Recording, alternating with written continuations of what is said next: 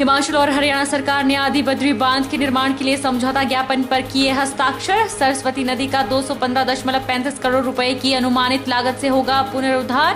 प्रदेश के 21 परिवार परियोजना से होंगे व्यवस्थापित। मंडी में जहरीली शराब मामला पकड़ने लगा तूल। पूर्व मंत्री कौल सिंह ठाकुर ने किया प्रदेश सरकार पर हमला। कहा, प्रदेश में ऐसी घटना केवल राजनीतिक संरक्षण से ही संभव। हाई कोर्ट के सिटिंग न्यायाधीश से हो जांच। हरियाणा पुलिस की नारकोटिक्स टीम ने देर रात नालागढ़ में दी दबिश। पूछताछ के दौरान ढाबा मालिक ने हरियाणा पुलिस पर किया हमला। 2 पुलिस जवान गंभीर रूप से घायल, 1 को आई मामूली चोटें। और जिला सोलन में ओमिक्रॉन ने दी दस्तक। मौत का आंकड़ा भी बढ़ा। प्रतिदिन 600 के करीब कोरोना के मामले आ रहे सामने।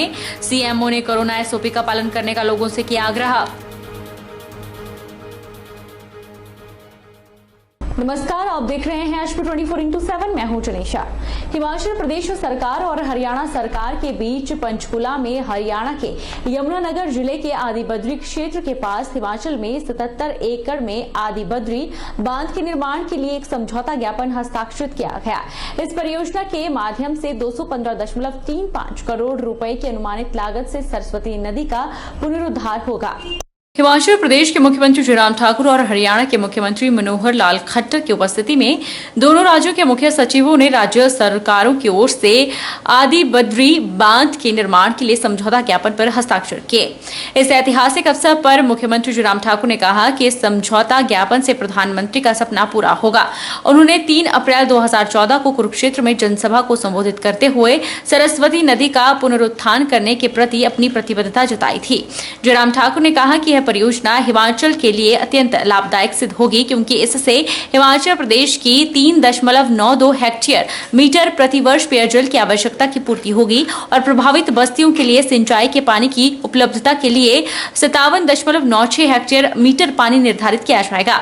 उन्होंने कहा कि बांध का उपयोग न केवल सरस्वती नदी के पुनरुद्धार के लिए किया जाएगा, बल्कि इससे क्षेत्र में जल संरक्षण को भी सहायता मिलेगी। मुख्यमंत्री ने कहा कि इस परियोजना से प्रदेश के केवल 21 परिवार विस्थापित होंगे, जिनका समुचित पुनर्वास किया जाएगा। प्रस्ताव हमारे सामने रखा गया और हम उसमें शामिल होकर के मिल करके उस दिशा में करने की कोशिश कर रहे हैं इस प्रयास को, ताकि ये सरस्वती नदी जमीन पर दिखे और इसके अस्तित्व को जहां हमारे आज से पहले ऋषि मुनियों ने स्वीकार किया, आज से पहले इतिहास के हिस्सों ने स्वीकार किया और आने वाली जनरेशन, आने वाली पीढ़ी भी इसको स्वीकार करे, उस दृष्टि से बहुत महत्वपूर्ण कार्यक्रम आज का ये है। आदरणीय प्रधानमंत्री नरेंद्र मोदी जी का सदैव इस बात के लिए प्रयत्न रहता है कि नदियों को जोड़ने की बात और नए कॉन्सेप्ट के साथ नई चीज़ों को लेकर के वो हमेशा सदैव बात करते हुए अपने जो काम की शैली उनकी है, काम करने का तरीका, उसको आगे बढ़ाते रहते हैं।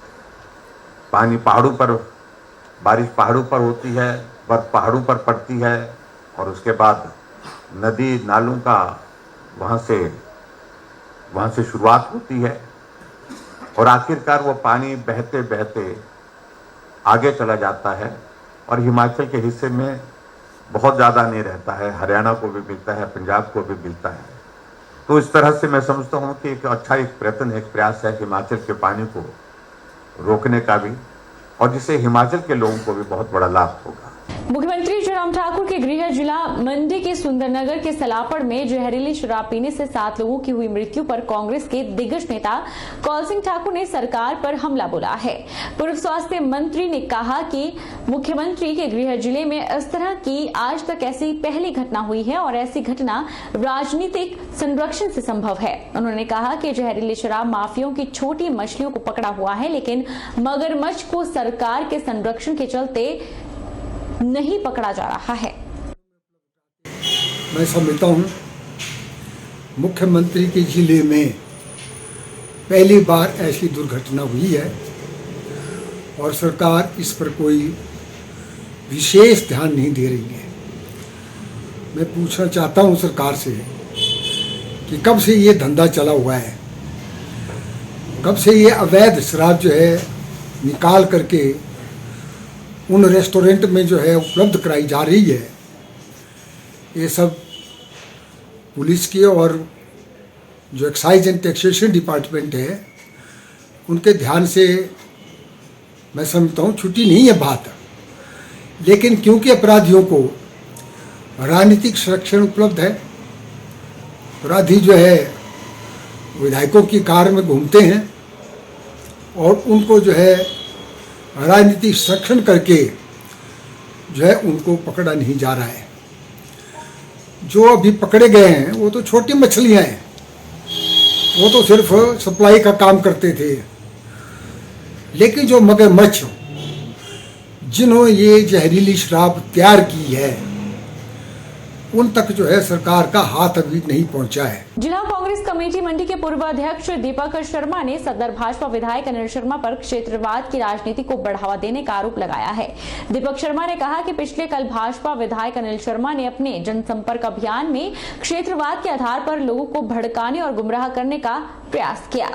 पिछले कल भाजपा विधायक अनिल शर्मा ने अपने जनसंपर्क अभियान में जो क्षेत्रवाद की राजनीति को हवा देने की जो बात कही उसकी मैं कड़ी निंदा करता हूं। मैं भाजपा विधायक से कहना चाहूंगा कि विधायक महोदय, आप पूरे सदर विधानसभा क्षेत्र के विधायक हैं, मुखिया हैं और सदर विधानसभा क्षेत्र में निवास करने वाला हर विधानसभा क्षेत्र का निवासी आपके परिवार का हिस्सा है।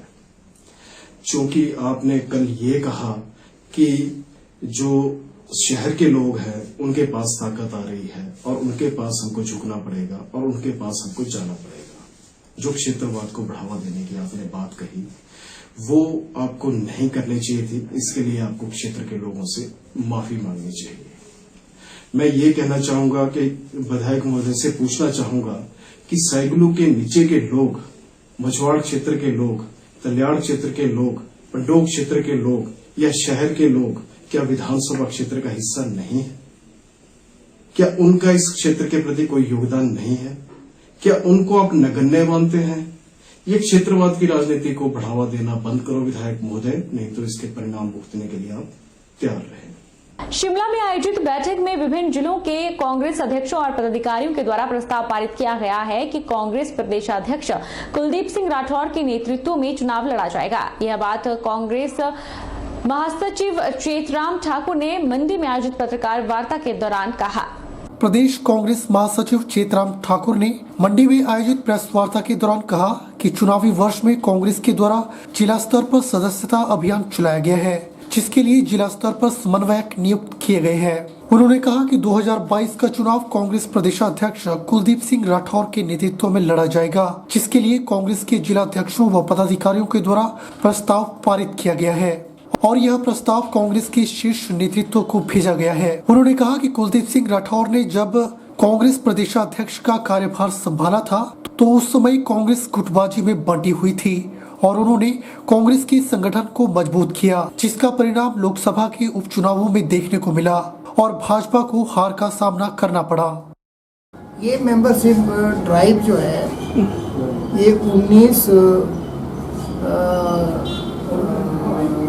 दिसंबर से चला हुआ है प्रदेश में। इसके लिए हमने जिला वाइज जो है मेंबरशिप ड्राइव के कोऑर्डिनेटर नियुक्त किए हुए हैं। सोलन से हमारे शिवदत्त ठाकुर जी हैं, मंडी से हमारे अजय ठाकुर हैं, बिलासपुर से सरपाल सिंह ठाकुर हैं, किन्नौर से पीताम्बर दास नेगी हैं, लाहौल स्पीति से रोहन सिंह है, कुल्लू से उत्तम शर्मा है और शिमला अर्बन से नीरज बख्शी है, हमीरपुर से रतनचंद डोगरा है और ऊना से त्रिलोचन सिंह जी हैं, कांगड़ा से डॉक्टर गुलशन चौधरी जी हैं, सिरमौर से योगेश गुप्ता जी हैं और ये अपना शिमला रूरल से सुरेश नागटा जी हैं और चंबा से गोवर्धन आहूजा जी हैं।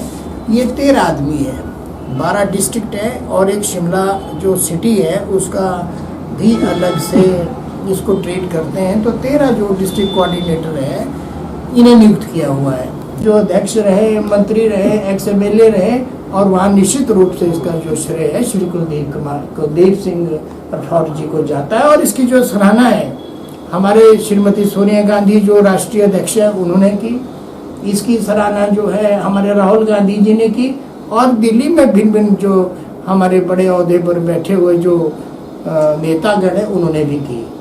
हम ये अभी 17 तारीख को जो ये कार्यकर्ताओं ने जो एक बैठक करके एक आयोजन किया था शिमला में, उसमें सभी जिला अध्यक्षों ने प्रस्ताव पारित करके ये प्रस्ताव पास किया कि आने वाले समय में जो 2022 का जो हिमाचल प्रदेश के असेंबली का जो चुनाव होना है वो श्री कुलदीप सिंह राठौर जी की अध्यक्षता में होना चाहिए, और इसकी प्रतिलिपि भी दिल्ली जो है भेज दी गई है।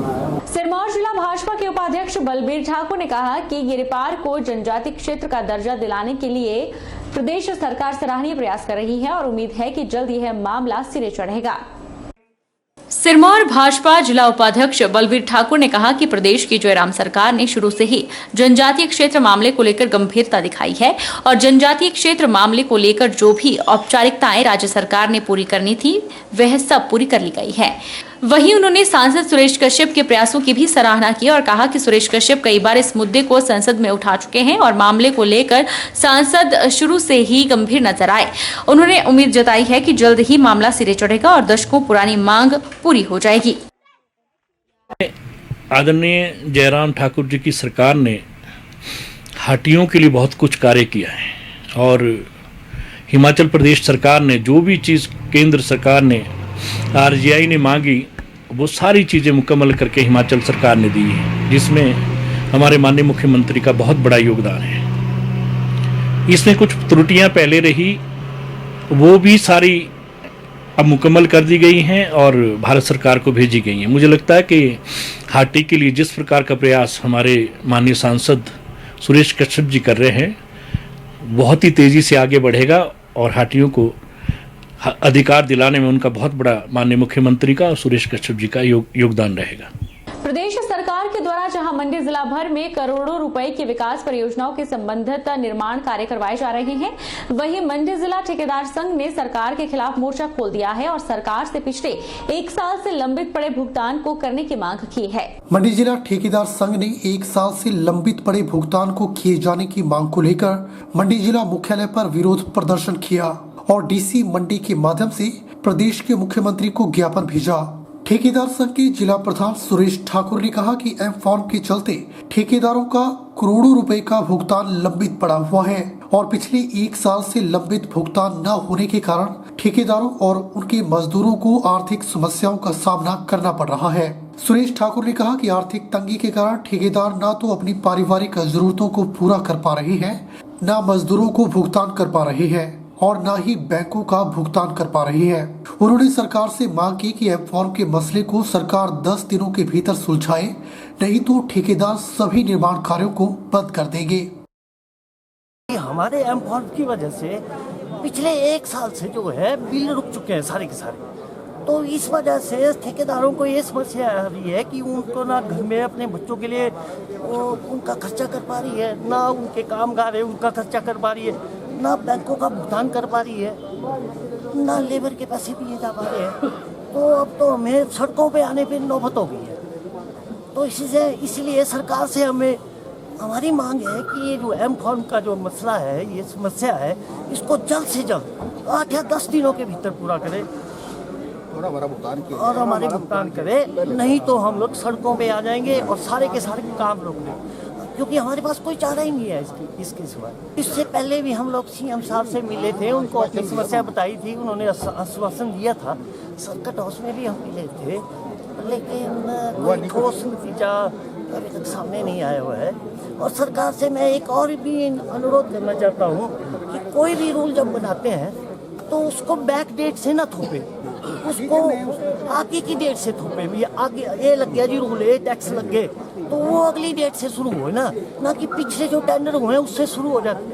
तो उससे पिछले टैक्स कैसे देंगे उसमें, तो क्योंकि 10% कमाई होती है ठेकेदारों की, तो उसमें तो हमें फिर आके जैसे पहले जीएसटी लगा दिया 2017 में कि 12% जीएसटी लग जाएगा जी, वो पिछले टेंडरों में भी 12% का जीएसटी लग गया, जबकि हमारी इनकम होती है 10%। तो अपनी इनकम का भी 10% दे और 2% जो है वो कहाँ से लाएंगे, हम चोरी करके लाएंगे। अब 18 कर रहे हैं। तो मेरा अनुरोध ये है कि कोई भी टैक्स लगाना चाहती है तो अगली डेट से लगाएं। रुकेंगे एक छोटे से ब्रेक के लिए।